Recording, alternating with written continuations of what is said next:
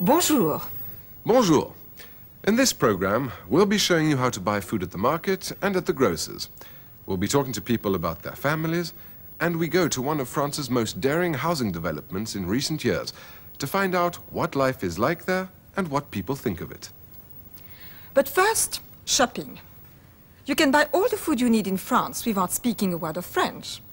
That is provided you stick to the supermarkets and hypermarkets which have become a feature of every French town, even fairly small ones. But it's often more convenient, and certainly more fun, to go to the grocers round the corner or explore the local market, le marché.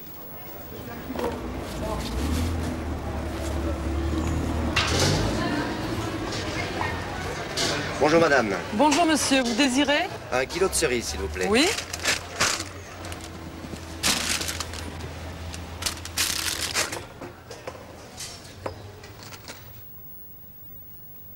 Un kilo de cerises. 1 kilo de. Half a kilo, 500 grams, is often called une livre. Une livre de tomates. Une livre d'asperges. Asperges, asparagus. Et avec ceci, monsieur?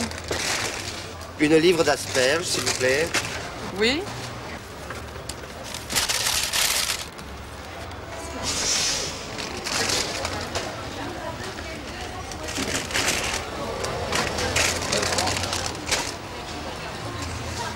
Voilà. Vous désirez autre chose, monsieur? Un concombre s'il vous plaît. Oui. Et avec ça? 1 kilo de pêche s'il vous plaît. Oui.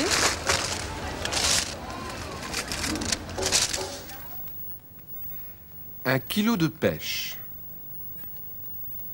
Une pêche, a peach. You may have noticed some of the stallholders' questions to the customer. They're the sort of set expressions only used by shopkeepers. You'll need to recognize them, but you won't ever have to say them yourself. When the customer first comes up to the stallholder asks, Vous désirez? Vous désirez? And later she asks, Vous désirez autre chose? Would you like something else? After she's served the cherries, she asks, Et avec ceci?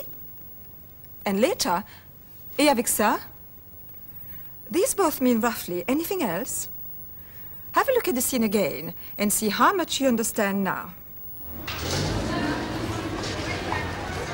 Bonjour madame. Bonjour monsieur, vous désirez? 1 kilo de cerises s'il vous plaît. Oui.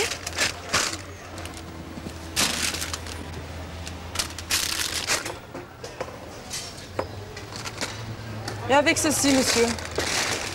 1 livre d'asperges s'il vous plaît. Oui.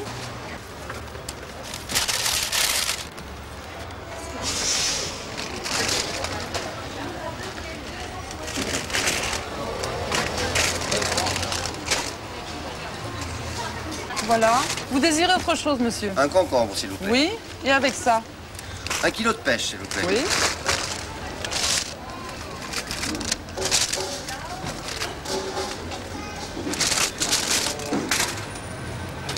Ce sera tout, monsieur? Oui, très bien, je vous remercie. Je vous dois combien?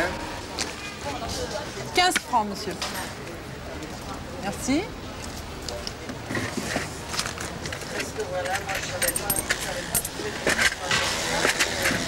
Alors, 15 francs, 20, 30, 40, 50 francs, 100 francs. Merci beaucoup. Merci, monsieur. Je vous dois combien? How much do I owe you? Combien? How many? Or how much? For some reason, understanding numbers is never easy, even if you're quite familiar with the language. So it's as well to start learning a few numbers now and carry on, gradually adding a few more each week. 15, 20, 30, 40, 50, 100. Ce sera tout, monsieur? Oui, très bien, je vous remercie. Je vous dois combien? 15 francs, monsieur. Merci.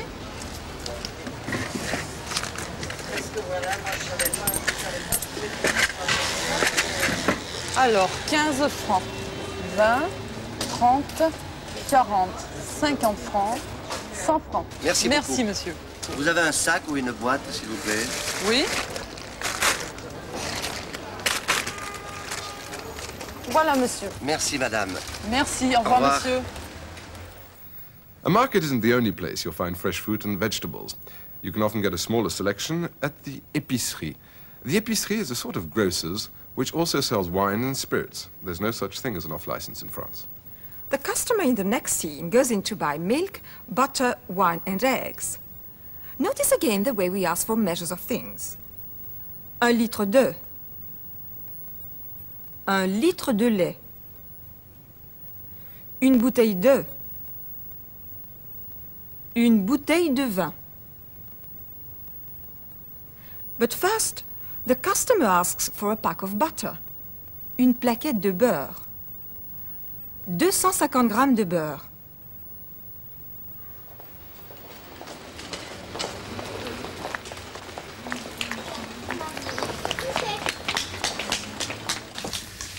Bonjour madame. Bonjour madame, vous désirez? Une plaquette de beurre, s'il vous plaît. Vous voulez une plaquette de 125 grammes ou de 250 grammes? De 250 grammes, s'il vous plaît.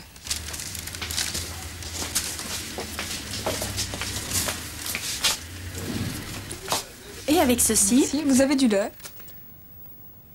Vous avez du lait? Do you have any milk? Du lait, any milk, or some milk? Notice that le changes to du if you want to say some or any. Vous avez du lait? Vous avez du lait? Oui, combien voulez-vous? 1 litre, s'il vous plaît. Il vous faut autre chose? Oui, 2 bouteilles de vin rouge. Du vin ordinaire? Oui.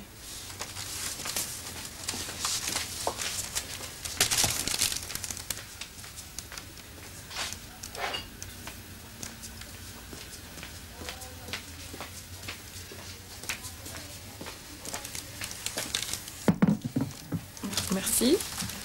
Vous avez des œufs? Vous avez des œufs? Do you have any eggs? Des œufs. Any eggs or some eggs?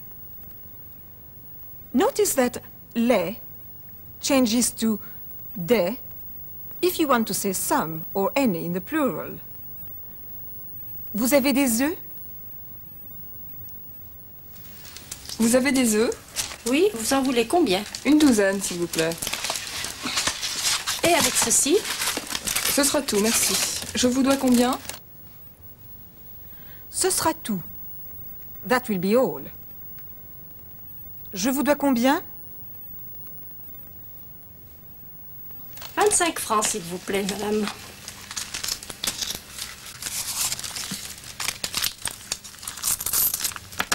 Merci beaucoup, madame. Au revoir, madame.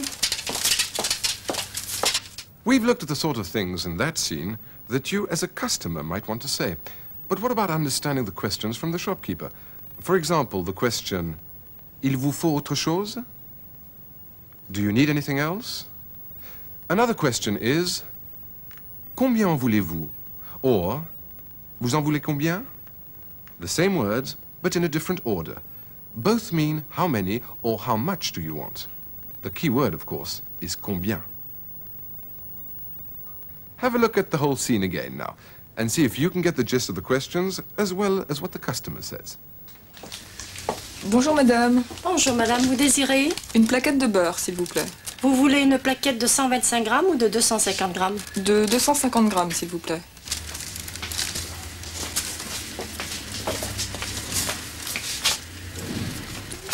Et avec ceci? Si, vous avez du lait? Oui, combien voulez-vous? 1 litre, s'il vous plaît. Il vous faut autre chose? Oui, 2 bouteilles de vin rouge. Du vin ordinaire? Oui.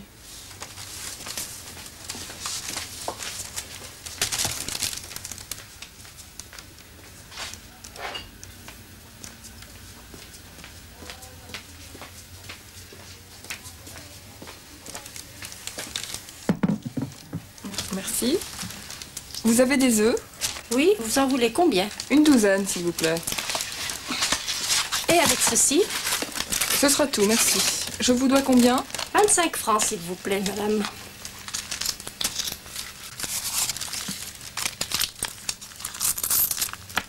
Merci beaucoup, madame. Au revoir, madame. We've just been looking at how to ask people if they've got some or any of something. Vous avez du lait? Vous avez des œufs? This phrase is useful in all kinds of situations. For instance, if you're talking to someone about their family, you might ask, Vous avez des enfants? Vous avez des enfants? We asked people at a shopping center in Grenoble how many children they had and how many they thought there should be in the ideal family. Don't expect to understand every single word. These people are talking at normal speed. But here are a few key words to look out for. La famille. Un garçon. Une fille. La famille idéale. Madame, selon vous, il y a combien d'enfants dans une famille idéale? Je pense 3. Garçons ou filles? Et 2. Vous avez des enfants? J'ai 3 enfants. Des garçons ou des filles? J'ai un garçon et 2 filles. Dans une famille idéale. Oui. Disons 1 à 2. Garçons ou filles? Aucune importance. Vous avez des enfants? J'ai 2 enfants. J'ai un garçon et une fille. J'ai, I have, I've got. Vous avez des enfants? Oui, Combien? 2, Des garçons ou des filles? 2 filles. Moi j'en ai 3, je pense que c'est la famille idéale. Et vous avez des garçons ou des filles? J'ai 2 filles et un garçon. Selon vous, il y a combien d'enfants dans une famille idéale? Oh, je pense 3, mais la moyenne nationale est de 2,1 ou un truc comme ça. Des garçons ou des filles? Mélangé? Et vous avez des enfants? Non, non, moi je suis étudiante. One woman there said she thought the national average was something like 2.1 children per family. In fact, it's just under 2 in France, which is less than in Britain. Now that you have an idea of what to expect in the survey, we'll show it to you again. See if you can understand more second time round. Madame, selon vous, il y a combien d'enfants dans une famille idéale? Je pense 3. Garçons ou filles? Et 2. Vous avez des enfants? J'ai 3 enfants. Des garçons ou des filles? J'ai un garçon et 2 filles. Dans une famille idéale. Oui. Disons 1 à 2. Garçons ou filles? Aucune importance. Vous avez des enfants? Oui, Combien? 2, Des garçons ou des filles? 2 filles. Moi j'en ai 3, je pense que c'est la famille idéale. Et vous avez des garçons ou des filles? J'ai 2 filles et un garçon. Selon vous, il y a combien d'enfants dans une famille idéale? Oh, je pense 3, mais la moyenne nationale est de 2,1 ou un truc comme ça. Des garçons ou des filles? Mélangé? Et vous avez des enfants? Non, non, moi je suis étudiante. We also asked people about the ideal living accommodation for a family, l'habitation idéale. Most French city dwellers live in flats. Houses with gardens are much less common. But would people prefer to live in a house, une maison, or a flat, un appartement? Et l'habitation idéale pour une famille, c'est quoi? C'est une grande maison. C'est certainement un appartement. Peut-être un grand appartement, mais une maison c'est agréable également. Oh, je penserais, comme beaucoup de Français, que c'est une maison individuelle, oui, bien sûr. Well, by no means all French people prefer to live in a house. In fact, the shopping center where we filmed those interviews is part of an enormous housing development on the outskirts of Grenoble. La Villeneuve, which means new town, houses people exclusively in flats.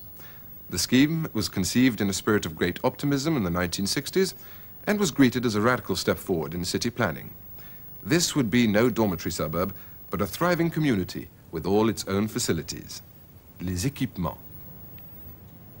People from all walks of life moved to La Villeneuve, seeing it as an opportunity to live in a mixed community. It was regarded as a social experiment, une expérience sociale. We went to La Villeneuve on its 10th anniversary to find out just how far it had lived up to all those expectations. Our report is also designed to give you the chance once again to hear everyday spoken French. If you are a complete beginner, don't expect to understand every word.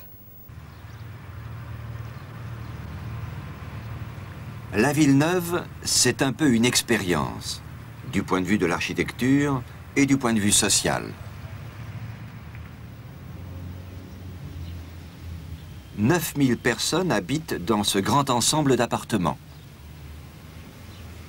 Aujourd'hui, La Villeneuve a 10 ans. Des habitants en parlent. On n'a pas de voiture, beaucoup de verdure, et on apprécie beaucoup. Bah, il y a le parc, il y a plein de choses, il y a des balançoires, il y a une piscine. Au point de vue architecture, ça ne me plaît pas du tout. C'est pas mal, ça pourrait être mieux. C'est une grande cité populaire avec les avantages et les inconvénients que ça peut représenter. Monsieur et Madame Roum habitent dans un appartement avec leurs 2 enfants. Monsieur, quelle est votre profession? Je suis technicien à l'éducation nationale. C'est-à-dire? Je prépare des manips pour des grands étudiants qui vont passer un diplôme d'ingénieur. Et vous habitez à La Villeneuve depuis longtemps? Oui, depuis 10 ans. Donc vous êtes là depuis le début? Oui. Madame, quel est votre nom? Je m'appelle Chantal. Est-ce que vous travaillez? Oui, je travaille au centre commercial qui est à côté de La Villeneuve, à Grande Place. Et quel est votre métier là-bas? Eh ben, je suis employée de commerce. Je travaille dans les rayons. Et vous habitez La Villeneuve donc depuis 10 ans. Que Ouais. pensez-vous de ce quartier moderne? Oh, moi, personnellement, je suis bien à La Villeneuve, quoi. Je trouve que c'est agréable ici. Vous trouvez qu'on y vit bien donc? Ah, moi, j'y vis bien. Les autres, je sais pas, mais moi, j'y vis bien. La Villeneuve, ce n'est pas seulement des appartements. C'est aussi, à l'origine, une nouvelle formule, une nouvelle façon de vivre. En quoi est-il différent des autres quartiers de Grenoble? Autour de La Villeneuve et à l'intérieur, il y a tout ce qu'on a besoin, les commerces, les gymnases, la verdure, les écoles. Mais il y a une différence aussi au niveau social? Au niveau social, il y a un peu toutes les couches de la société. Des ingénieurs, jusqu'aux ouvriers, des réfugiés, il y a vraiment toutes les couches.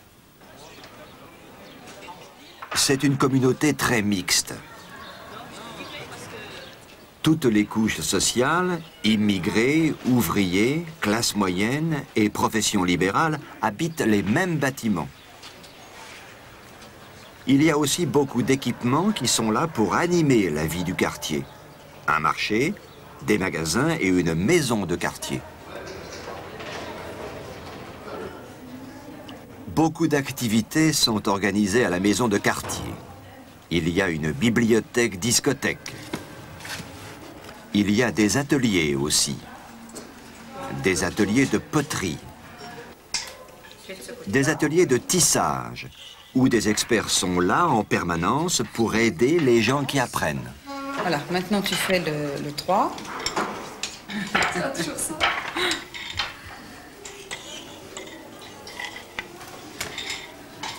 Voilà, tu y es presque. 3, 4, 5, 6, 6 et 12, 18. Les personnes âgées ont aussi leurs équipements.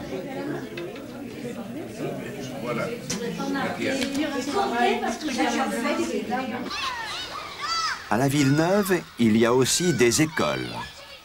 Il y en a 10. On va terminer les dessins qu'on a commencé la semaine dernière. Donc, vous devez terminer. Vous n'oubliez pas, on avait dit qu'on dessinait les familles et puis ce qu'on faisait à Villeneuve, d'accord? Alors, je passe, je regarde un petit peu vos dessins.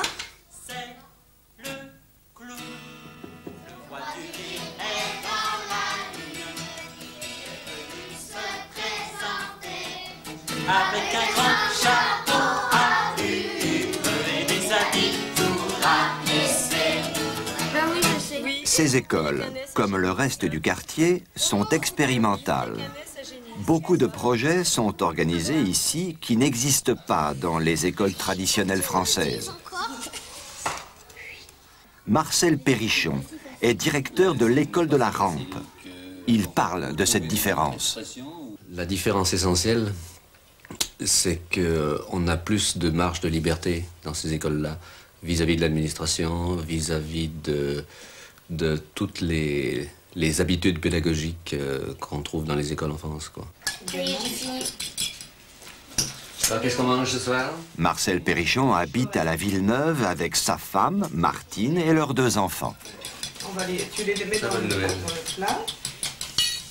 Martine Périchon ne travaille pas. Pour elle, la Villeneuve, ce n'est pas l'idéal. L'architecture extérieure me déplaît beaucoup. L'intérieur des appartements de l'Arlequin est très agréable parce que c'est en triplex en quelque sorte. Donc on a l'impression d'être, quand on est à l'intérieur, d'être dans une petite maison. Mais bon, la galerie en dessous, c'est très vanté, c'est très sale, ça ne me plaît pas du tout. C'est un quartier sans voiture, les enfants peuvent descendre sans danger, s'amuser avec les copains sur le terrain de foot par exemple. Il y a une bibliothèque pour enfants qui est très utilisée. Enfin, je veux dire, il y a beaucoup de facilités pour la vie quotidienne qu'on ne connaît pas ailleurs. Pour moi, il y a une trop grosse concentration de personnes. Et je préférerais être à la campagne, à l'air pur, enfin, pas habiter comme ça ici, quoi. Une vie commune partagée par toutes les classes sociales. La Villeneuve, un rêve devenu réalité? Un succès ou un échec? Moi, je m'y plais, moi, la Villeneuve. Là où je suis bien. Ouais. Pour moi, c'est un succès. Et vous allez y rester? Oui. J'aimerais bien repartir, oui. Mais ça dépend de mon mari, qui lui se plaît beaucoup ici, et on attend. Mais moi, je pense que c'est un succès quand même, parce que depuis 10 ans, le quartier est ouvert, est habité, des gens y travaillent, et les initiatives continuent à apparaître, la vie de quartier continue à exister. Ça évolue, bien entendu, hein, c'est plus tout à fait comme au début, mais c'est encore très, très agréable à vivre. La Villeneuve, c'est un peu une ville dans la ville. 10 ans plus tard, cette expérience reste unique en France.